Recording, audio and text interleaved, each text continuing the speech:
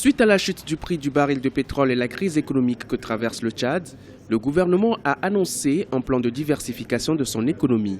Le ministère des Finances et du Budget compte ainsi élargir l'assiette fiscale pour combler le fossé financier créé par la conjoncture financière.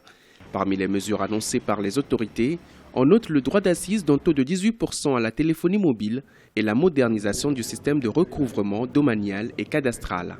Que nous puissions nous focaliser, disais-je, sur la mobilisation des recettes ordinaires. Ce sont nos recettes fiscales, nos recettes douanières, mais dans une certaine mesure, c'est également les recettes domaniales, les recettes cadastrales, pour lesquelles il existe, nous pensons, encore beaucoup de niches qui jusqu'à présent n'ont pas encore été exploitées.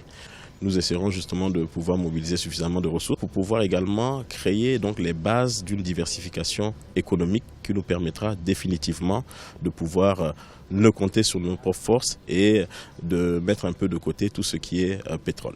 Pour soutenir la diversification de son économie, le gouvernement tchadien a octroyé 20% de son budget de l'exercice 2017 à la production agro-pastorale.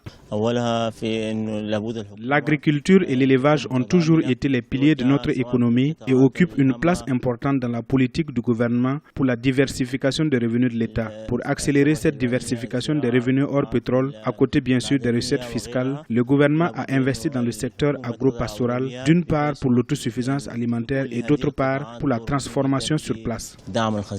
Rappelons que malgré les efforts des autorités tchadiennes en faveur de la diversification de l'économie, le déficit prévisionnel du budget de l'année 2017 est de 244 milliards de francs CFA.